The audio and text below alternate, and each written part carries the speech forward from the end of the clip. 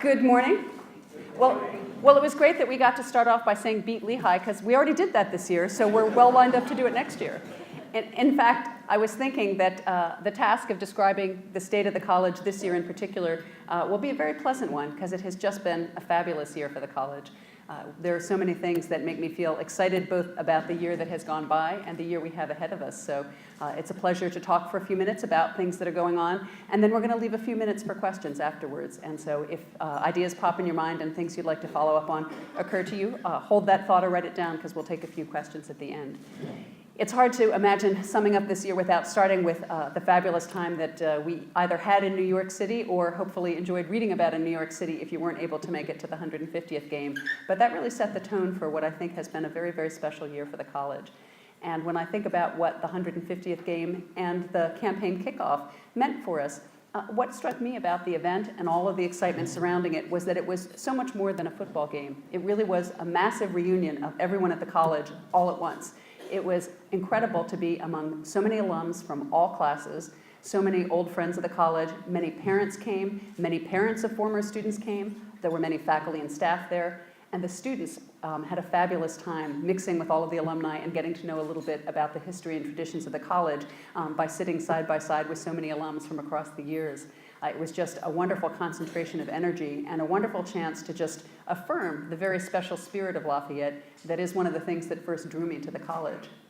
It's been a special pleasure for me this year as well to have that experience in the fall as something to talk about with alums, as I've spent some time doing campaign-related events and doing lots of get-to-know-you events still at alumni gatherings across the country. There are quite a lot of people in this room that I had the pleasure of seeing at various events earlier in the year. I hope I don't miss any cities if I mention that I've been in Philadelphia, DC, New York City, 2 places in Texas, 2 or 3 places in Florida, Connecticut, a couple of spots in California. I had a chance to talk with lots of alums. And one of the things that was so much fun was that having a great talking point and saying, so were you in New York, or were any of your friends there, or what did you think of the game, was a great way to regenerate a lot of people's sense of connection to the college. And I think that one of the things that is so special about Lafayette is that that connection lasts for so many decades, as people in this room can attest. The year, though, has been more than just a celebration of the college's history and tradition. It's also been, for me, in my second year as president, a great opportunity to think ahead to the college's future and to think about the ways in which the great traditions that we celebrated at the 150th Lafayette Lehigh game are a wonderful foundation to build on when we think about how we want to advance the college. One of the things that really drew me to Lafayette as I first got to know the college now several years ago was that it has a wonderful combination of a deep dedication to its traditions and yet a kind of ambition for being different, for being new, for standing out among the other schools that we compare ourselves to, and for really moving into the future in, I think, a very powerful and ambitious way. One of the things that we thought a lot about in crafting the capital campaign that we have spent a lot of time talking about and thinking about this year, and I'll say a little bit about that, is the way in which we can build on those strengths and not change Lafayette, but transform Lafayette within the framework of the strengths that it has always had. And as I talk a little bit about some of the things we've been focusing on this year, I think many aspects of that will sound familiar to you, and that the things that sound new, I hope will seem deeply connected to the essential DNA of the institution and to the things that we think of as very traditionally Lafayette. When we started talking about wanting to do a fundraising campaign to achieve some new goals for the college, we really thought about how to build on those strengths, but also think about how to position the college in what is in many ways a very new landscape in higher education. As you may know, if you read the newspapers and magazines, there's a lot of discussion these days about the value of a liberal arts education, about how expensive college can be, about how challenging it is for families to afford the kind of education that we offer at a place like Lafayette.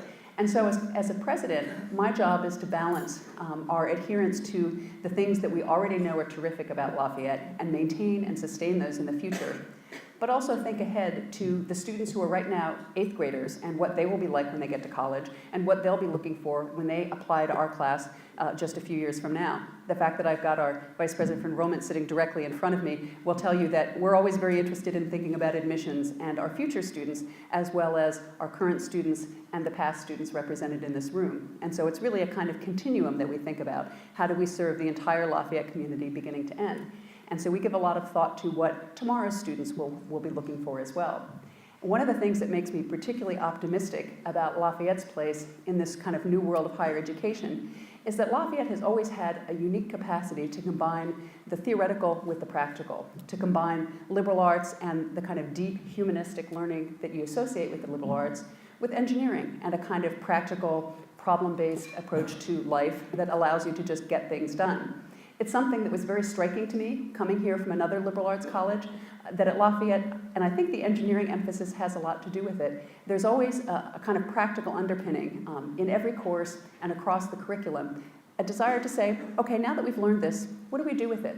How do we turn what we've learned in the classroom into something applicable to the world outside the classroom? And how do I, as a student, when I graduate from Lafayette, take whatever I've learned in English or philosophy or civil engineering or neuroscience and use that to change the world? And one of the things that I particularly admire about Lafayette faculty is that they do a much better job than I think many faculty at other institutions of really helping students to bridge that gap. It's certainly the case that all professors think carefully about giving students the skills that they need to be successful in the world. But I think at many liberal arts colleges, the professors don't necessarily view it as their job to make that leap. You teach in my case, English literature or the philosophy or the history, and then students use those analytic skills in the world beyond. Our faculty think carefully about how they can take those concrete skills and let students know, even in the course of their education, what you can do with that major, what you can do with that particular course.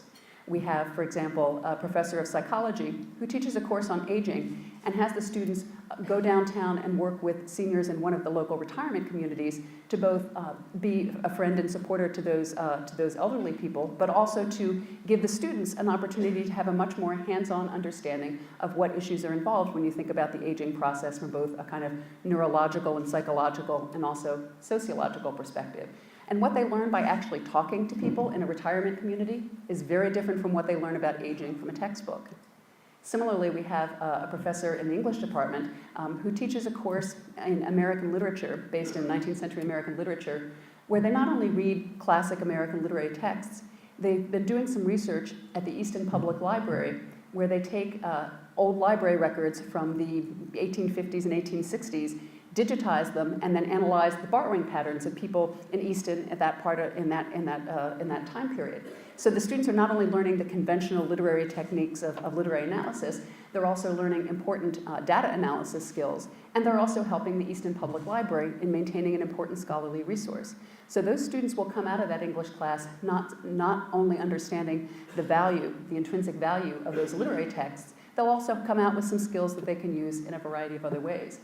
So as we think about the college's curriculum and the important role that education will play for students' futures and their capacity to be successful beyond Lafayette, I think that the fact that our curriculum has always had a very strong balance of practicality as an underpinning to the more theoretical work of the liberal arts is something that is not just represented in the liberal arts and engineering balance in our curriculum, but is true in every one of our classes and is a strength that we can build upon. And so as we thought about what we wanted to emphasize about the college in launching a campaign to raise funds to support new directions for the college, we really focused on three key areas. First is promoting, sustaining, and enhancing the integration of liberal arts and engineering in the curriculum, which means not only thinking about individual courses and the curriculum as a whole, but how we can connect the curriculum to the world outside the curriculum. And there are a lot of programs, which I can talk more about, where we seek to do that. The second important area of focus is enhancing innovation in teaching and learning, making sure that our faculty are well prepared to understand the increasing role of technology in education today, making sure our faculty have lots of opportunities to develop new skills and new areas of expertise to match the changing fields that we want to expose our students to. One of the things that strikes me as someone who's been teaching for many decades is that not only the advance of knowledge, but the differences in how students learn today as a result of technology and new ways to access information has caused more dramatic changes in how students learn over the last 5 to 10 years than over any period, certainly in my teaching career. Every year, the students come in slightly different in the way in which they absorb information, the way they process information, and what kinds of skills they need to make the best use of that information and that learning. Class is much less about presenting information to them, because they can now get information from lots of sources. It's much more about digging deeply into the analysis of the field, digging deeply into the thinking that goes into processing whatever information you have in front of you. And that often requires a serious reconfiguration of how we think about teaching in a classroom. So ensuring that we have innovative teaching and learning seems a very important stage for the college, and we're seeking support in lots of areas that will help enhance that. And finally, the third area of development is the one that might seem most familiar to many of you. The third area that we really want to focus on at the college is strengthening the sense of community on our campus. We call this creating a more connected college community. And in a way, it's an extension of the experience that I think most of you had when you were at Lafayette. One of the things that has always been so powerful and so characteristic of Lafayette is the deep friendships that you formed here, the close connections that you were able to make with people through both your living experiences, athletic experiences, singing in the choir, being in theater production. However you made friends, I know just from talking to many of you around the room that these are friends who have lasted a lifetime for you. We think it's critical that every student have that experience, not simply because it's fun to come back to reunion and hang out with your friends, but because those really are the foundations of the networks, both the professional and the emotional networks that sustain you over a lifetime. And they're an important, again, sort of skill for students to learn as they enter a professional world following graduation. One of the things we hear most often from employers, in fact, is that the thing they worry most about in today's generation is not the technical skills, but the social skills that you need to succeed in the workplace. Students need to be good at teamwork. They need to be good at working with a wide and diverse range of other people. They need to be very good at understanding how their skills mesh with other people's skills and having an appropriate and humble understanding of what they can contribute and what others can contribute. In essence, they really need to be team players. And most of them will enter a workplace that is far more diverse than, say, the Lafayette campus that you might have attended a few decades ago. We have an increasingly diverse student body, and they'll be entering a more diverse world where understanding people of different backgrounds, different socioeconomic groups, different countries, even different states, all of that kind of diversity will be important to students in knowing a wide range of people with a wide range of experiences and understanding how those all come together and how they can learn from each other and how that learning is part of their education here, just as the classroom experience is. So when we think about what it means to strengthen the campus community, we think about how to take a lot of the structures that have always been part of the college, including some continuing fraternities and sororities, including some theme houses, some living learning communities, dormitories and residence halls of various sizes, how we can knit that together in an even stronger and more inclusive community that will allow each of those individual groups to feel part of a larger whole. Because if there's one thing that has not changed in the decades since you graduated from Lafayette, it's the fact that every student shows up on the first day worried about making friends, wanting very much to connect with other people, and hoping that the college can help them to do that. My own feeling is that technology hasn't necessarily made it easier for students to do that. While in many ways technology helps them to link up on Facebook before they get here, or maybe make some connections, my sense is that it also makes them feel an obligation to stick to their known networks a little bit more and makes them a little bit more reluctant to just walk into a room where they don't know anyone and feel comfortable getting to know them. I think that's something that is going to be a critical skill for students and an important enhancement of their experience. And so I really think of that as part of the education we offer at Lafayette. I think of social and residential life as not the thing that happens when they're not in class, not just the kind of backdrop to the education we offer.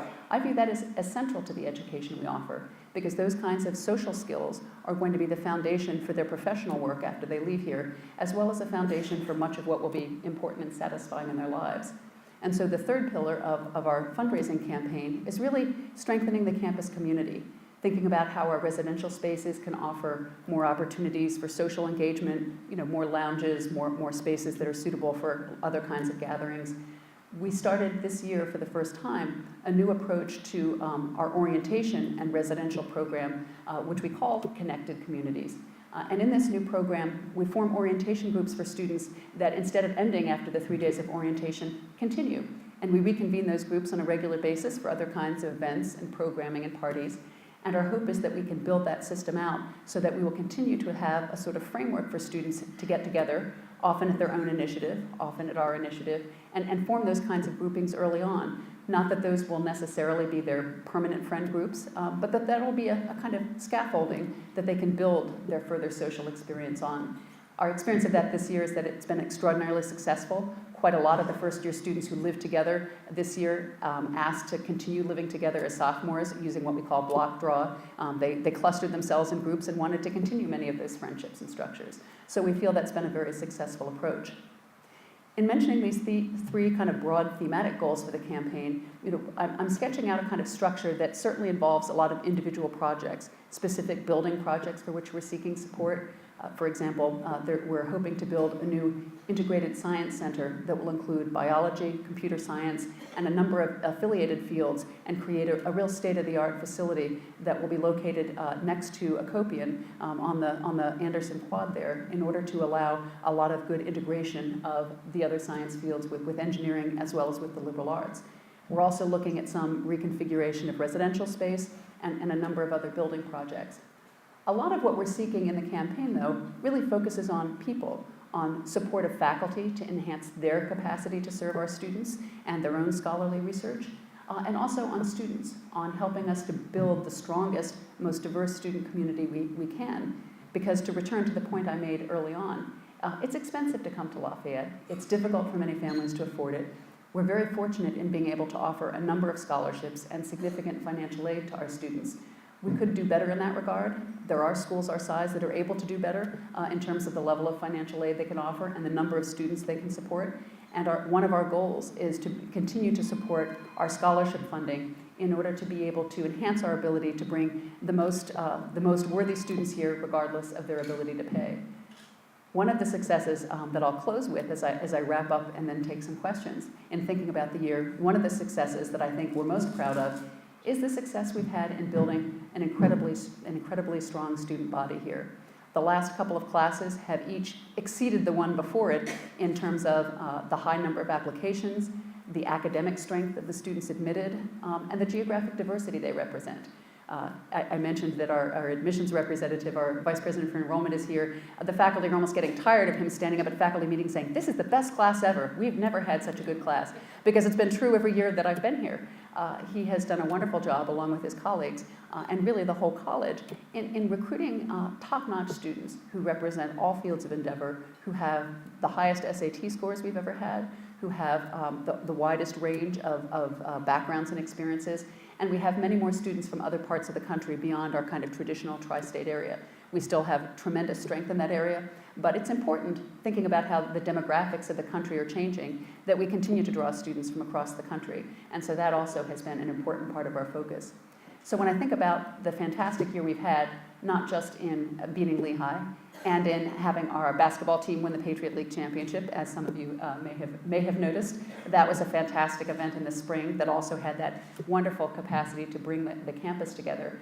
It's also just been a great year in terms of students winning fellowships, faculty winning awards, bringing in strong students, and really the kind of important foundational pieces that represent the strength of the college.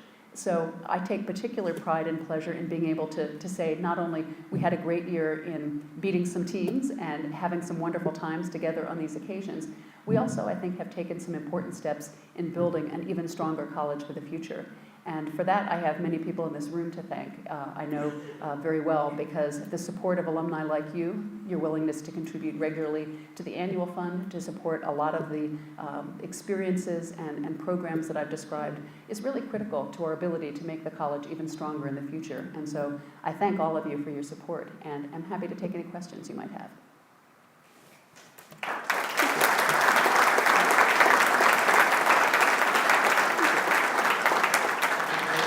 What percentage of your students who start finish at the end of their senior year, and of the percent that do not finish, how much of them go on to transfer to another school, or how long just flunk out?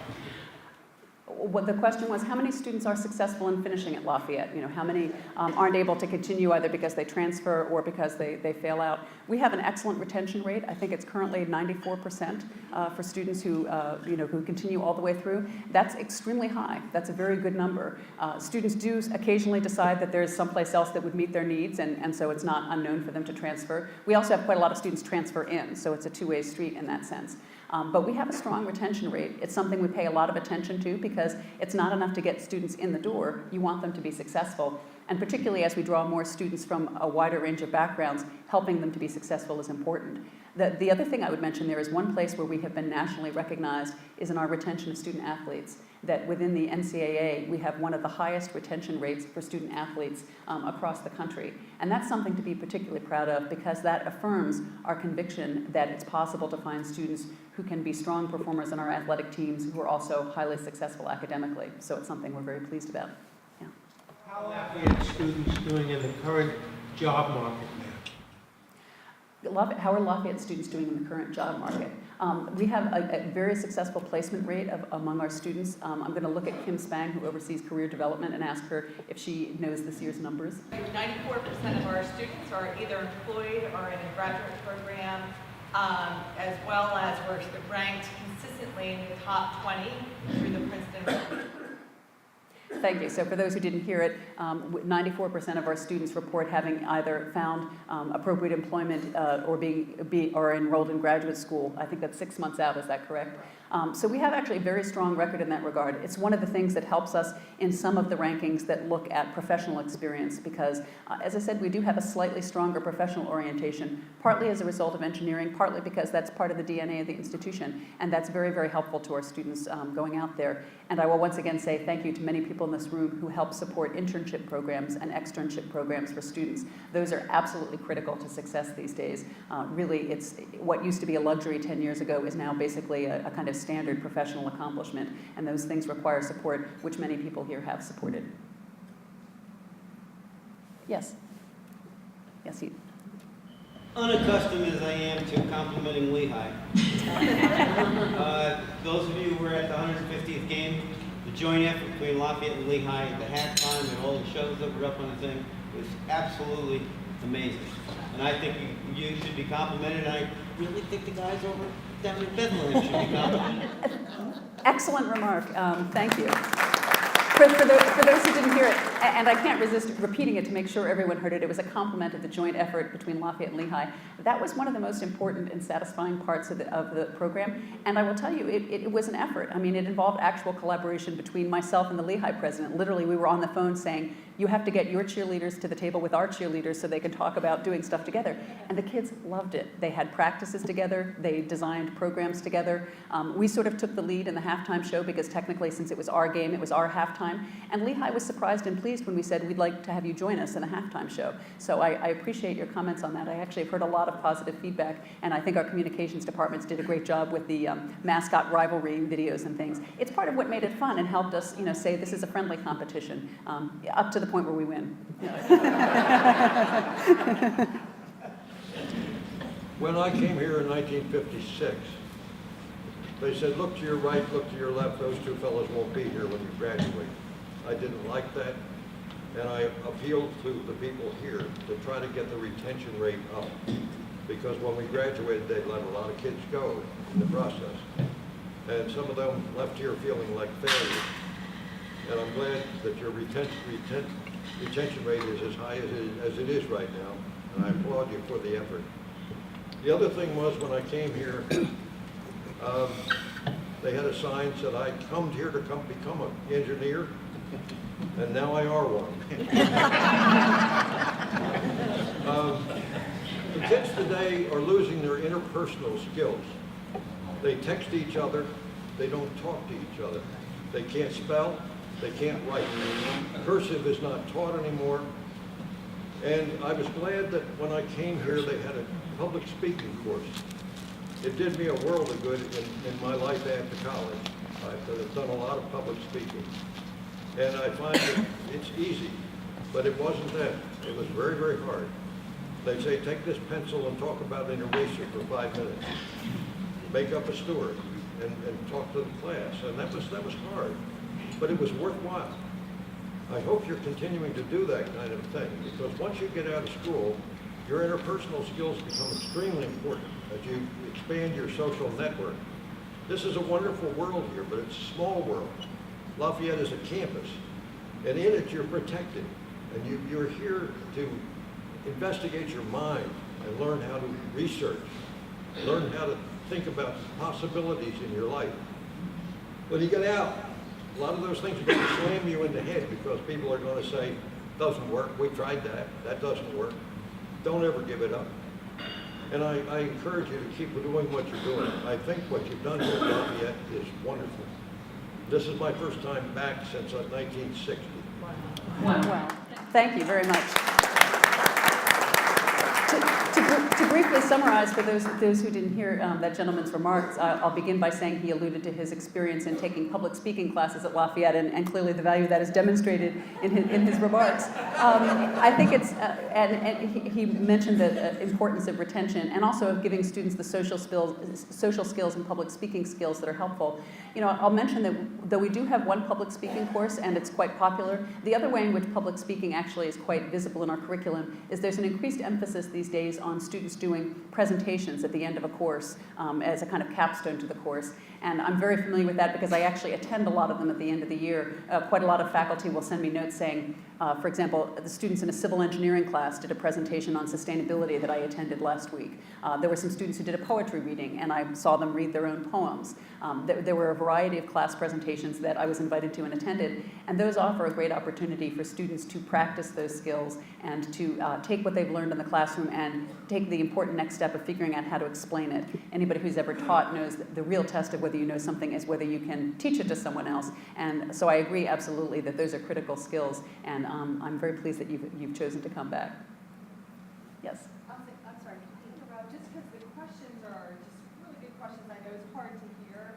There is a microphone, so if you feel like your voice can't carry, if you can go up to the microphone, that would be helpful. Thank you. Sir? We're on campus. Fraternities were a big part of our life here on campus. Are you still de-emphasizing that fraternity? The question was, what is the role of fraternities on campus right now? Many of you may be aware that this was a topic of discussion over the last couple of years, starting before I came here as president, as part of a working group that was asked to look at the issue. And that culminated in a series of discussions at the board level last spring, where we talked about the role of Greek life in the Lafayette community. And the board last spring affirmed the continuation of Greek life within what I was calling the connected communities approach to residential education. That what we agreed was that we would continue fraternities, that we would also offer a new opportunity for groups to form, new organizations to form on campus, and we have a recognition process that will be launched in the fall to allow for the possibility of potentially another couple of groups coming on board. We also thought about how we support those groups, what kind of support and accreditation and funding is available to those groups. And we've been working hard at integrating all of those different social options within the larger structure. And I'll give just a couple examples of what that means. This year, for the first time, for example, the student government gave funding to fraternities who wanted to hold campus-wide events that were open to people beyond their own groups. One of the big changes probably between when you were on campus and now is that for a variety of reasons, including just the liabilities and the constraints and the scrutiny that have been part of Greek life, organizations have tended to have many fewer events that are open to people beyond their own members. And it's one of the things that I think we want to think about as we think about this more connected vision of residential life, how we create better integration between all of these different options. And so currently we have several strong groups on campus. We have some groups of students who are looking at applying to form new groups on campus. And we also have a lot of student interest in other residential groupings, like the theme house, as I mentioned. Some of you might be familiar with Grossman House, the International Studies House. We had this year, I think, something like 80 or 90 applications for something like 25 spots in Grossman House, because that's an extraordinarily powerful opportunity for students to live together and work together on themes that interest them. We also had a bunch of, I think, first-year students who were part of a service group this year. So a group of freshmen who identified early on that they were interested in doing service projects together, lived as a community, and I think, and I see Annette Diorio, our Vice President for Campus Life, nodding, I believe decided to continue for next year, and that group will continue as a living organization. So what I see in the future is a slightly more flexible approach to offering lots of opportunities, including continuing opportunities for Greek life. Yes, ma'am. How many students are from other countries? I will ask Greg McDonald to answer that question. I believe there's 71 students in the freshman class coming in. Right now, as a percentage of total enrollment, we're about 12% international versus 5% 5 years ago. And can you say, Greg, how many different countries those students are from? And 31 countries in the freshman classes just this year. So for those who didn't hear it, Greg noted 31 different countries are represented in the incoming freshman class.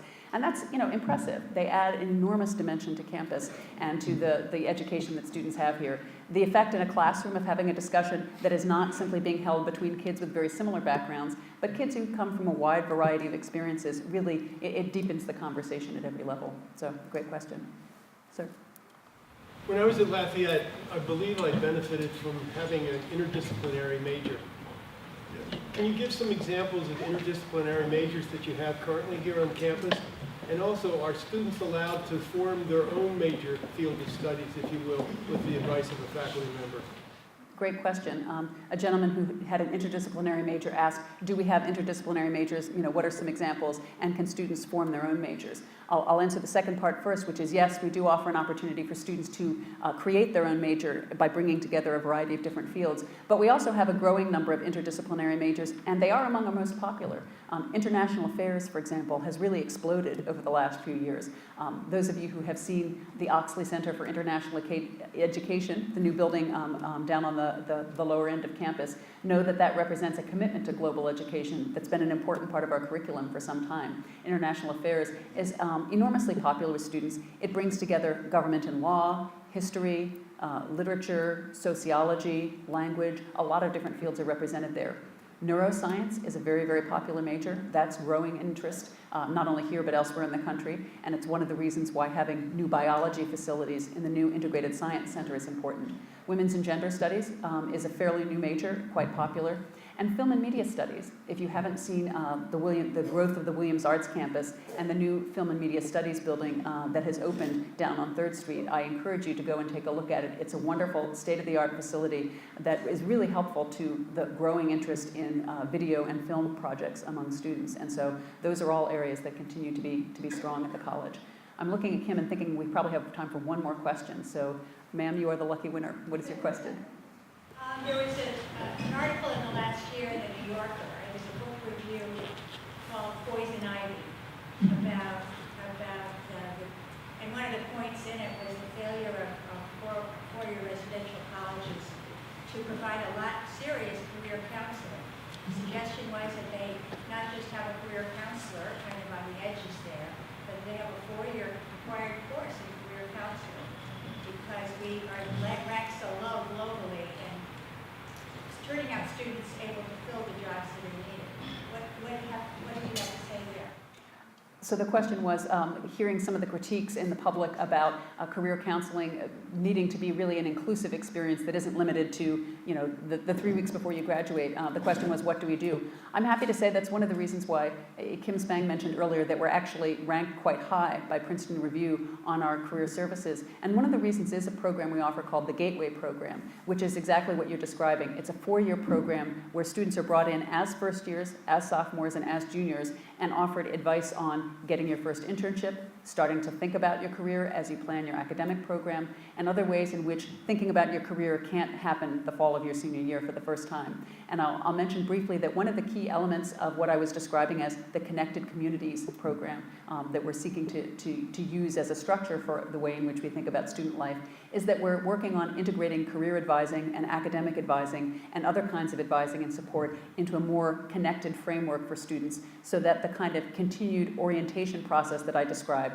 that doesn't end after 3 days before the start of classes becomes a kind of co-curricular framework of advice and support in all areas that continues from the time you walk in to the time you leave and beyond. So we recognize that that'll be very important to the future of the college.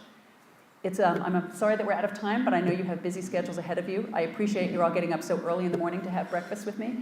So it's been a wonderful opportunity to talk with you. I'm going to bring Alex back up here to make a few closing remarks.